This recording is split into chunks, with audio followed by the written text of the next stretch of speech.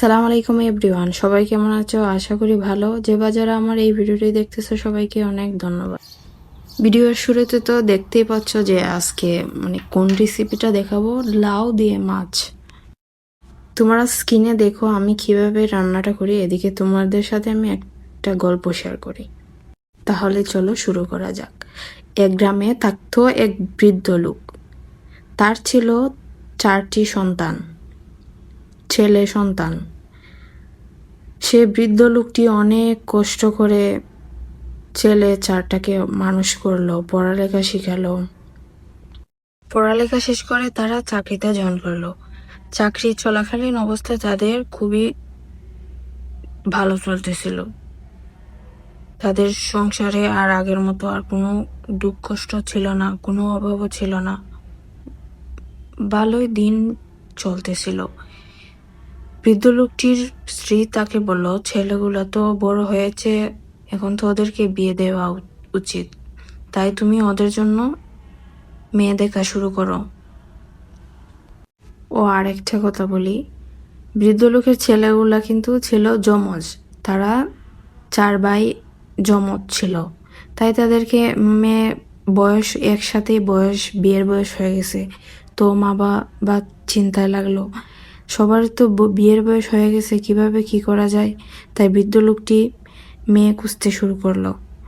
তারা প্রথমে ভাবলো ছেলেদেরকে জিজ্ঞেস করবে, কারণ তাদের মতামত তো জানা দরকার, তারা কি চায়, তাদের কোনো পছন্দ আছে কিনা। বেলা সবাই যখন খাবার টেবিলে বসছিল, তখন বৃদ্ধ লোকটি তার ছেলেদেরকে জিজ্ঞেস করলো, বড় ছেলেকে জিজ্ঞেস করলো, বাবা তোমার তো বিয়ের বয়স হয়েছে, তোমার কি কোনো পছন্দ আছে? থাকলে আমাদেরকে বলতে পারো, আমরা দেখব। ছেলে বলল, বাবা না, আমার কোনো পছন্দ নাই। তখন বৃদ্ধ লোকটি বলল, আচ্ছা তাহলে আমরা তোমার জন্য মেয়ে দেখা শুরু করি।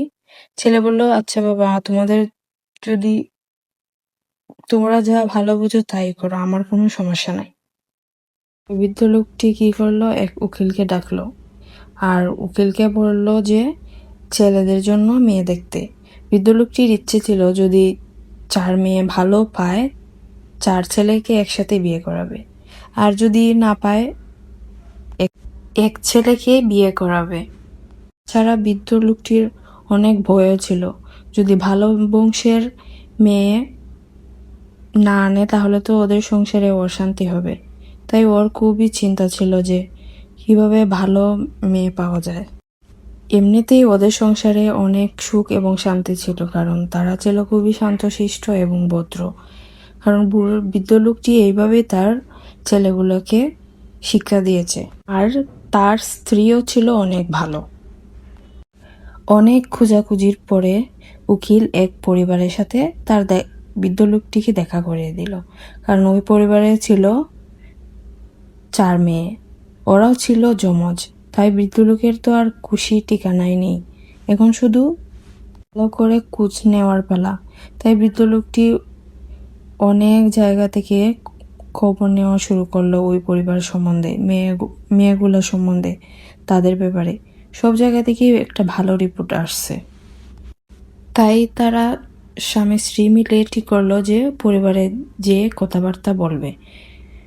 উকিলকে বলল তার পরিবারের লোকদেরকে বলে দিতে, মানে কনের বাবাকে। তারপরে তারা একদিন সবাই ওই বাড়িতে গেল, আর গিয়ে ওদের সব কিছু পছন্দ হয়েছে। তারপরে বিয়ে ঠিক হলো ওদের, দিন তারিখ। তো বন্ধুরা, আমার এই গল্পটি তোমাদের কেমন লাগলো অবশ্যই কমেন্টে জানিও, আর আমার রেসিপিটা সম্বন্ধে অবশ্যই কমেন্ট করিও কেমন লাগলো। আর যদি গল্পের পরের পার্ট পেতে চাও অবশ্যই কমেন্ট করো।